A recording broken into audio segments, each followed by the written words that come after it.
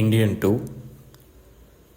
First கதையிலேருந்து வந்துடுவோம். So 25 years back 96, 97 அந்த மாதிரி டைமில் கரப்ஷன், இந்த இல்லீகல் அது இது அப்படின்னு சொல்லிட்டு இருக்குது. ஸோ அப்போ அந்த சுதந்திர போராட்ட தியாகியாக இருக்கக்கூடிய இந்தியன் டாட்டா வந்து அதை களை எடுக்கிறாரு அப்படிங்கிற மாதிரி களை எடுக்கிறாரு போயிடுறாரு. ஸோ போயிட்டு 25 இயர்ஸ் கழித்து இப்போ இருக்கிற கரண்ட் சுச்சுவேஷனுக்கு அவங்க கம்பேக் பண்ணால் எப்படி இருக்கும் அப்படிங்கிறது தான் படத்துடைய ஒன்லைன்.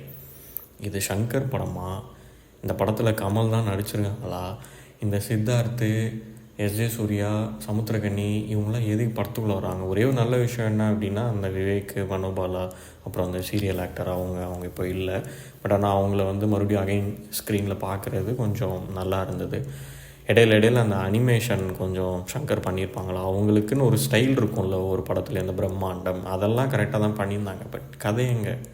அதுதான் இல்லாமல் பண்ணிட்டீங்களே படத்தில்.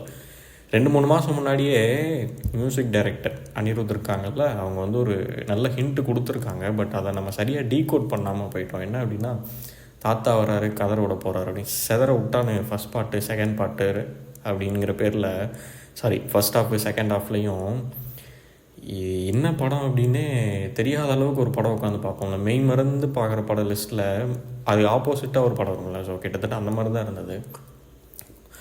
இப்போ தெளிவாக சொல்லணும் அப்படின்னா கனெக்டே ஆகலை, கம்யூனிகேட்டே ஆகலை. ஃபர்ஸ்ட் பார்ட்டுக்கும் செகண்ட் பார்ட்டுக்கும் அந்த ஒரு ப்ராப்பர் கம்யூனிகேஷனே இல்லாத மாதிரி இருந்தது. அதில் டஸ்கி ஸ்கின்னில் இருக்காங்க, 25 இயர்ஸ் கழித்து தாய்வானில் தாய் மசாஜ் பண்ணிவிட்டு சும்மா சுற்றிட்டு இருந்த மனுஷனை கூட்டிகிட்டு வந்து உள்ளே விட்டு இவனுக்கு அந்தாலும் போட்டு ஆடி பரட்டி அந்தாலும் மறுபடியும் கத்தி ஏற்று எல்லாரையும் குத்தி கடைசியில் பார்த்தா கூப்பிட்டோன்னே கோ பேக் இண்டியன் அப்படின்னு சொல்லிட்டு ஹேஷ்டாக் போட்டு ட்ரெண்ட் பண்ணுறானுங்க. டேய் ஏடா பண்ணுறீங்க? படத்தில் என்ன பண்ணுறீங்கன்னு ஆடியன்ஸ் கிட்ட சொல்லிட்டு பண்ணுங்கடா, படம் பார்க்க முடியல உட்காந்து.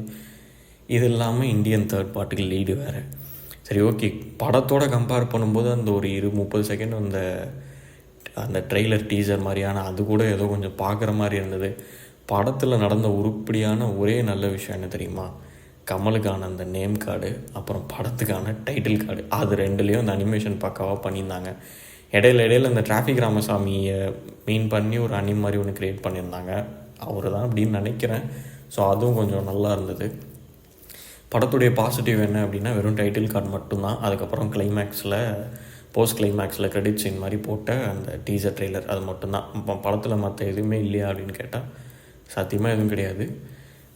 ஃப்ரம் மை பர்ஸ்பெக்டிவ் இப்போ நான் தெளிவாக சொல்லிக்கிறேன். ஏன்னா இந்த படமும் சில பேருக்கு பிடிக்கிறதுக்கான வாய்ப்புகள் நிறையா இருக்குது. ஸோ அப்படி இருக்கிறவங்க பிடிச்சது அப்படின்னா கீழே கமெண்ட்டில் சொல்லுங்கள். ப்ராஸ்தட்டிக்ஸ் அந்த படத்தில் அதுவும் தெரியும் தான், பட் ஆனால் அந்தளவுக்கு அப்பட்டமாக தெரியாது. இதில் எப்படி இருக்குது அப்படின்னா, பான்ஸ் பவுடர் ஒரு உள்ளங்கை நிறையா கொட்டி மூஞ்சி ஃபுல்லாக அடிச்சு விட்ட மாதிரி இருக்குது. அதுதான் சொல்கிறேனே, அந்த இடத்துல கமலாகவே நான் பார்க்கவே இல்லை. இன்னொரு விஷயம் என்ன அப்படின்னா, நான் பிறந்து வளர்ந்ததுலேருந்து கமல் பல கெட்டப் போட்டு நான் படம் பார்த்துட்டேன். இன்னமும் அந்த மனுஷன் போய் சேர்கிற வரைக்குமே கெட்டப் போட்டே படம் எடுத்துகிட்டு இருந்தீங்க அப்படின்னா எப்படி உட்காந்து பார்க்குறது? ஸோ அந்த ப்ராஸ்தட்டிக்ஸ் அப்படிங்கிறது சுத்தமாக இந்த படத்தில் என்ன சொல்கிறது, ஒரு இன்புட் கொடுத்து அந்த அவுட்புட்டை நல்லா எடுக்கணும் அப்படிங்கிறதுக்காக வேலை பார்த்த மாதிரியே இல்லை. இந்த படமே எப்படி இருக்குது அப்படின்னா, லைக்கா ப்ரொடக்ஷன் சைட்லேருந்து டேக்ஸ் பெனிஃபிட்காக இந்த படம் எடுத்தாங்களோ அப்படிங்கிற மாதிரி தோணுது. காசு நிறையா இருக்குது, இப்போ இந்த படத்தை டேக்ஸ் பெனிஃபிட்காக எதுனா காட்டணும், என்ன பண்ணலாம் அப்படிங்கிறப்போ ஓகே ஷங்கர் கூப்பிடு, தூக்கி போடு, எதனா கதையருக்காக இல்லை படம் பண்ணலாம் அப்படிங்கிற மாதிரி பண்ண மாதிரி தான் இருக்குது. அதோட அவுட்புட் அப்படி தான் இருக்குது. ரொம்ப இதாக இருந்த சீன்ஸ் என்ன அப்படின்னா, பேக் பாடி ஃபைட் சீனு ரொம்ப ஒஸ்ட்டு. அதை பார்க்கும்போது எனக்கு ஐ படம் தான் பேக்ரவுண்டில் ஓடிட்டு இருந்த மாதிரி இருந்துச்சு. அது ஒன்று. ரெண்டாவது அந்த யூனிபை சைக்கிளாக இல்லை அது என்னன்னு சரியாக அந்த அதோடைய ப்ராப்பர் நேம் என்ன அப்படின்னு தெரில. ஸோ ஒரு பொருள் இருக்குது, ஒரு மொபைல் வாங்குகிறோம் அப்படின்னாலே அது என்ன சாஃப்ட்வேரில் இருக்குது, அதோடய யூசேஜ் என்ன, அதை என்ன பண்ணுறாங்கன்னு கற்றுக்கிறதுக்கு குறைஞ்சது அட்லீஸ்ட் ஒரு 6 to 10 hours கண்டினியூஸாக யூஸ் பண்ணலாம். இல்லை அட்லீஸ்ட் 1 or 2 days எடுத்துக்கும். நான் வராரு, ஏறி வர்றாரு, தாத்தா பறக்க வர்றாரு, சரி ஓகே வர்மாக்கல்ல தெரியும், அட்லீஸ்ட் அந்தாலும் வயசுக்கு மரியாதை கொடுன்னு சின்ன வயசுலேருந்து எல்லாரையும் சொல்லி வளர்த்துறீங்களே. முதல்ல படத்தில் அந்த ஆளோட வயசுக்கு நீங்கள் மரியாதை கொடுத்தீங்களா? ஃபர்ஸ்ட் பார்ட்டில் அந்த நடுக்கம், இந்த கையெழுத்தில் அந்த ஷேக்னஸ்ஸு அதெல்லாமே தெரியும். இந்த பதில் தாத்தா 100 கால்குலேஷன் பண்ணால் கூட அந்த ஆளுக்கு வயசு 100க்கு மேலடா.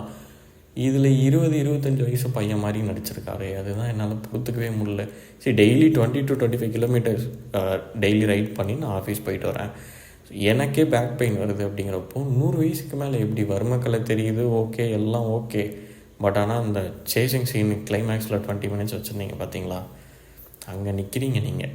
அந்த இடத்துல உங்களுடைய சினிமோட்டோகிராஃபி, ஸ்க்ரீன் ப்ளே எல்லாத்தையுமே ப்ரெசென்ட் பண்ணியிருக்கீங்க. உண்மையிலே சூப்பர். இதில் எஸ்ஜே சூர்யா எனக்கு தெரிஞ்ச தேர்ட் பார்ட்டில் வில்லனிசம் இருக்கலாம் அப்படின்னு நினைக்கிறேன்.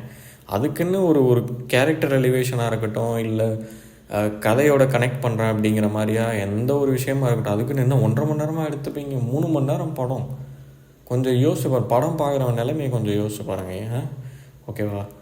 வேறு என்ன இதுக்கு மேலே என்ன சொல்கிறதுன்னே தெரில எனக்கு. அந்த படத்தில் பாட்டு அதான் அந்த அனிருத் கொஞ்ச நாள் முன்னாடி ஒரு இன்டர்வியூவில் சொல்லியிருப்பாங்க, ஏன்னா கம்போஸ் பண்ணும்போது சில சாங்ஸ்லாம் வந்து எனக்கு ஒர்க் அவுட் ஆகலை அப்படின்னா அது ஒரு தனியாக ஃபோல்டர் போட்டு வச்சுப்பேன். அது என்னைக்காவது எதனா ஒரு படத்துக்கு ஒரு லைன் கேட்கும்போது அந்த சுச்சுவேஷனுக்கு செட் ஆகும்போது அந்த ஃபோல்டரில் போய் நான் தேடி பார்ப்பேன். ஸோ அப்போ எனக்கு எதனா கிடைக்கும், அது திடீர்னு ஹிட் ஆகிடும் அப்படியும்.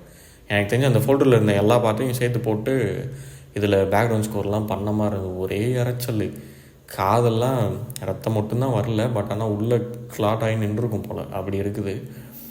இன்னொரு சின்ன ஒரு நல்ல விஷயம் என்ன அப்படின்னா, ஃபர்ஸ்ட் பார்ட்டில் இருந்த அந்த பிஜிஎம் எடுத்துகிட்டு வந்து இடையில கொஞ்சம் லைட்டாக யூஸ் பண்ணியிருப்பாங்க. ஸோ அந்த வகையில் அதுவும் கொஞ்சம் பரவாயில்லாமல் இருந்தது.